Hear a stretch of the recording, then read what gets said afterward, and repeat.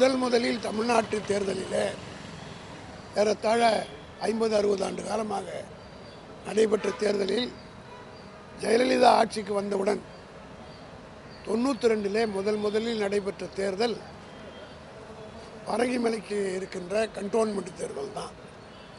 அந்த தேர்தலில் தான் இந்தியாவிலே தமிழ்நாட்டுக்கு மட்டும்தான் தெரிய வந்தது. வட மாநிலங்களெல்லாம் பூத் கேப்சரிங் தான் இருக்கும். ஆனால் தமிழ்நாட்டில் அப்படி ஒன்று இதே கிடையாது. முதல்ல அதில் அரங்கேற்றியது தமிழ்நாட்டிலே அதிமுக தான். ஜெயலலிதா தலைமையில் தான் சட்டமன்ற உறுப்பினராக இருந்தவரெல்லாம் தாக்கப்பட்டார். மறைந்த சட்டமன்ற உறுப்பினர் செல்வராஜ் அவர்கள், கே பழனிசாமி போன்ற கழகத்தினுடைய முன்னோடிகள் எல்லாம் தாக்கப்பட்டார்கள். இந்த கவுண்டிங்கு கூட அன்றைக்கு ராஜ்யசபா உறுப்பினராக இருந்தவர்களை வைத்து தான் அங்கே கவுண்டிங்கே நாங்கள் அனுப்பி திமுக சார்பில் தலைவர் கலைஞர் அவர்கள் அனுப்பி அதன் மூலமாக அவ்வளவு கெடுபிடிக்கு மத்தியிலும் 3 இடங்களிலே நாங்கள் 7 இடங்களில் 3 இடம் வெற்றி பெற்றோம். ஆக அதுக்கு அடுத்து நடந்த ஒவ்வொரு தேர்தலிலும் எப்படி தேர்தல் அவர் நடத்தினார். குறிப்பாக நானே நேரடியாக பாதிக்கப்பட்டேன். 2001ஆம் ஆண்டு ஜெயலலிதா அவர்கள் டான்சி கேஸிலிருந்து விடுவிக்கப்பட்டவுடன் நான் சுப்ரீம் கோர்ட்டில் அப்பீல் போட்டேன். அதை மனதிலே வைத்துக்கொண்டு சென்னைக்கு அருகிலே இருக்கின்ற ஆலந்தூரில் நகரமன்ற தேர்தல், சென்னைக்கு அதுக்கு முந்தின நாள் தேர்தலை வச்சுட்டு அடுத்த நாள் அப்படி வைக்கவே கூடாது. காரணம் என்ன, பக்கத்தில் இருக்கிறவங்கெல்லாம் ஒரே நேரத்தில் தேர்தல் வச்சா தான் இங்கே இருக்கிறவங்க அங்கே போக மாட்டோம். ஆனால் என்னை தோற்கடிக்க வேண்டும்ன்றதுக்காகவே அதிமுக ஜெயலலிதா செய்த இந்த சதி, அன்றைக்கு இருந்த அந்த தேர்தல் நடைபெற்ற விதம் எல்லோரும் பார்த்தார்கள். அப்போ தான் ஊடகங்கள் டிவியெலாம் வந்துச்சு. இந்த முதல் தேர்தலில் காட்டினாங்க. இந்து பத்திரிகையும் இந்தியன் எக்ஸ்பிரஸ் பத்திரிகையும் எழுதினார், Bharathi pays for filing TANSI appeal in Supreme Court என்று எழுதினார்கள். அந்த அளவுக்கு பூத் கேப்சர் பண்ணி அடித்து நொறுக்கி செய்தார்கள். இதை நான் வேறு ஒன்றுமே கேட்கல. அந்த எலெக்ஷனில் பாண்டியன் ஒரு எலெக்ஷன் ஆஃபீஸர் இருந்தார், தேர்தல் ஆணையராக, ஸ்டேட் எலெக்ஷன் கமிஷனராக இருந்தார். அவர்கிட்ட நான் புகார் கொடுத்த போது ஒன்றே சொன்னேன், எவ்வளவு ஓட்டு இருக்கிறது, எவ்வளோ ஓட்டு போலாச்சு, இந்த கணக்கை மாத்திரம் எடுங்க போதும், வேறு ஒன்றுமே எனக்கு வேணாங்க. அவர் கணக்கெடுத்தார்கள்.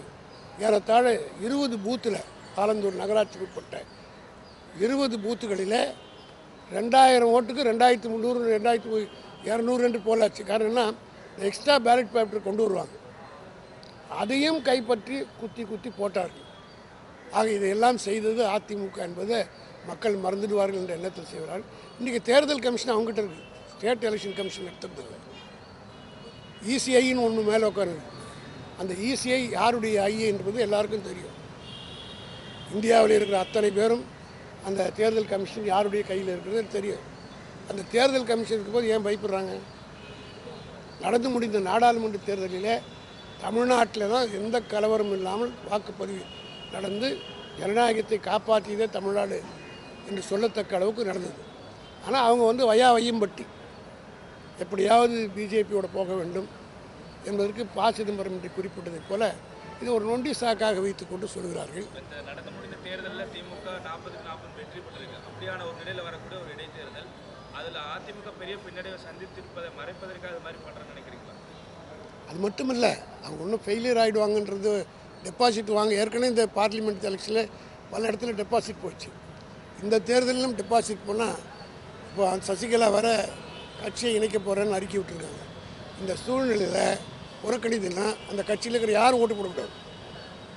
நாங்களும் ஒரு 3 கணக்கு எடுக்க போகிறோம். அந்த எலெக்ஷன் அன்றைக்கி யார் ஓட்டு போடுறாங்களோ அந்த ஏஜென்ட்டுக்கு தெரியும். அதிமுகவில் இருக்கிற ஒன்றிய செயலாளர், அதிமுகவில் இருக்கிற கிளைக்கழக செயலாளர், அதிமுகவில் இருக்கிற நிர்வாகிகள், கவுன்சிலர்கள் இவங்கெல்லாம் ஓட்டு போட்டாங்களான்னு ஒரு கணக்கு எடுத்துகிட்டு அப்படி அவங்க ஓட்டு போட்டுருந்தாங்கன்னு வச்சுக்கோங்க, அவங்கெல்லாம் எடப்பாடி புறக்கணிச்சிட்டாங்கன்னு அர்த்தம். தேர்தலை புறக்கணி என்று கட்சிக்கு சொல்லிட்டு அப்படி அவங்களாம் பார்ட்டிசிபேட் பண்ணாங்கன்னா அப்படி தைரியமாக விட தயாராக எடப்பாடிக்கு நான் சவால். இதை மீறி யாராவது ஓட்டு போட்டிங்கன்னா உங்களை கட்சி விட்டு நீக்கிடுவேன், நடவடிக்கை எடுப்பேன்னு சொல்கிறது தயாராக செய்ய மாட்டான். ஏதோ அவங்க ஒரு அண்டர்லைன் டீலிங் வைக்கலான்னு பார்க்குறேன். எதையும் சந்திக்கிற ஆற்றல் எங்களுக்கு இருக்குது. காரணம்னா வன்னிய பெருமக்களுக்கு எங்கள் தலைவர் அவர்கள் கலைஞர் அவர்கள் செய்ததைப் போல யாரும் செய்யவில்லை என்பது எல்லோருக்கும் அவங்களுக்கு தெரியும். எத்தனை பேர் குரூப் சர்வீஸ் ஒன்றில் போய் இன்றைக்கி ஐஏஎஸ் கன்ஃபர் ஆனாங்க. இதெல்லாம் அந்த மக்கள் நான் மறந்துடுவாங்களான்னு நான் ஒன்றை மட்டும் சொல்கிறேன். இந்த தேர்தலில் தளபதியினுடைய 1000 ரூபாய் கொடுத்ததனுடைய விளைவு அந்த தாய்மார்கள் எப்படி நன்றி உணர்வோடு வாக்களித்து வெற்றி பெற செய்தார்களோ அதே போல் வன்னிய பெருமக்கள் இந்த ஆட்சியின் மூலமாக அந்த 20% தான் நாம் இவ்வளோ வளர்ச்சி பெற்றோம் என்பதை உணர்ந்து அது 1000 ராமதாஸ்கள் சொன்னாலும் மனசாட்சி உள்ளவர்கள், நல்லவர்கள், இதயம் படித்த வன்னியர்கள் அத்தனை பேரும் திமுக கூட்டணிக்கு தான் வாக்களிப்பார்கள். பாமக நேரடியாக போட்டியிடுறாங்க. சமூக நீதியை வென்றெடுப்பதற்கான ஒரு போது இந்த இருக்கிறவன் எடுத்துவிதல்னு ராமதாஸ் அவர்கள் அறிக்கை விடுறார். அதான் சொல்கிறேன். இருக்குன்னு நினைக்கிறீங்களா? இது பாமக என்பது பாமகவே கை கழுவிட்டாங்க. அவங்க சின்னமே இப்போ போயிடுச்சு. அதனால் நான் அதுக்கு மேலே அவர் சொல்ல விரும்பல. ஏன்னா அவர் வேறு எதனா பேசுவார். அதனால் எங்களுக்கு சேஃப், கம்ஃபர்டபுளாக, வி ஆர் வெரி கம்ஃபர்டபுள். அடித்தளம் நல்லா இருக்குது, எங்கள் கேடரு நல்லா இருக்காங்க, கூட்டணி இன்டாக்டாக இருக்குது. அதனால் போன தேர்தலில் போய் ஒரு சின்னத்துக்கு ஓட்டு கேட்டு இன்னொரு சின்ன இந்த இடைத்தேர்தலில் ஒரு மாதத்துக்குலாம் இன்னொரு ஓட்டு கேட்டால் அந்த ஊரில் இருக்கிறவங்க மதிப்பானா? அதெல்லாம் இருக்குது. எங்களுக்கு அப்படியே இல்லை. நாங்கள் 2019 ஒரே அணியில் கேட்டுக்கொண்டிருக்கிறோம். நிச்சயமாக வெற்றி பெறும். இந்த இடைத்தேர்தலை மட்டும் புறக்கணிக்கிறதுனால எங்களுக்கு வாக்குறுதியோ இல்லை வெற்றி வாய்ப்போ குறைய போகிறதில்லை. இது முன்னாடி நாங்கள் 2030 நடந்த எலெக்ஷன்லையும் ஒரு 5 சட்டமன்ற இடைத்தேர்தல்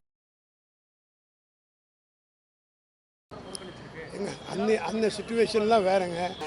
ஒரு தேர்தலுக்கு ஒரு சுச்சுவேஷன் மாறுதில்ல. இன்னைய கான்டெக்ஸ்டில் ஏன் பண்ணுறாங்கன்னு சொல்லணும். ஏதாவது தப்பு நடந்ததா? எலெக்ஷனில் எதெல்லாம் ஏடிஎம்கே பாதிக்கப்பட்டதா, பிஎம்கே பாதிக்கப்பட்டதா, அல்லது அந்த கூட்டணியில் இருக்கவங்க யாராவது பாதிக்கப்பட்டாங்களா, தேர்தலில் எதாவது முறைகேடு நடந்திருக்கா, இதெல்லாம் சொல்லணும்ல. திமுக ஒரு கடுமையாக போட்டி அளிக்கிறதுக்கு தான் இவங்க எல்லாம் புறக்கணிச்சிருக்காங்க. திமுகவை பொறுத்தவரை இருமுனை போட்டின்னா இன்னும் ஈஸியாக போச்சு. ஒரே இது தானே. நகர்ப்புற உள்ளாட்சி தேர்தலையும் இந்த மாதிரி ஃப்ராட் பண்ணியிருக்காங்க அப்படின்ற இல்லை, அவங்க ஆட்சியிலே நடத்திருந்த தேர்தலில் நாங்கள் ஜெயிச்சிருந்தோம் 60%. அப்போ அது என்ன அர்த்தம்? இது பதில் சொல்லணும். தேர்தலில், உள்ளாட்சி தேர்தலில் அவங்க எடப்பாடி சீஃப் மினிஸ்டர் இருக்கும்போது நடத்தினாரு. நாங்கள் ஜெயித்தோம்ல.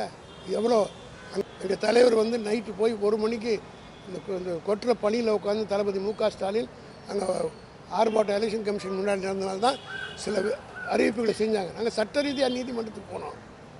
லேட் சிட்டிங் உட்காந்து 10 மணிக்கு தீர்ப்பு வாங்கணும். இந்த மாதிரிலாம் தீர்ப்பு வாங்கி வெற்றி பெற்றோம். அது திமுகவுக்கு பலமான சட்டத்துறை இருக்கிறது, பலமான கேடஸ் இருக்குது, பலமான கூட்டணி இருக்குது. நிச்சயமாக வெற்றி பெறுவோம்.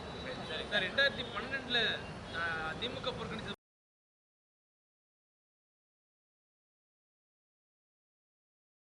தேர்தல் அதிகாரத்தோடு ரொம்ப நெருக்கமா இருக்கு. அதனால தான் நாங்கள் புறக்கணிக்கிறோம். அப்போ இது மறைமுக மோடியை தாக்குறதாக. இது எலெக்ஷன் இசிஐ தான் நடத்துது. ஆக அவர்கள் அவங்கள தான் சந்தேகிக்கிறாங்க. அங்கே ஆட்சியில் இருப்பது மோடி, அங்கே இருப்பது இவங்க தாத்தா. ஆகினால் இவங்க தான் பார்க்கணும்.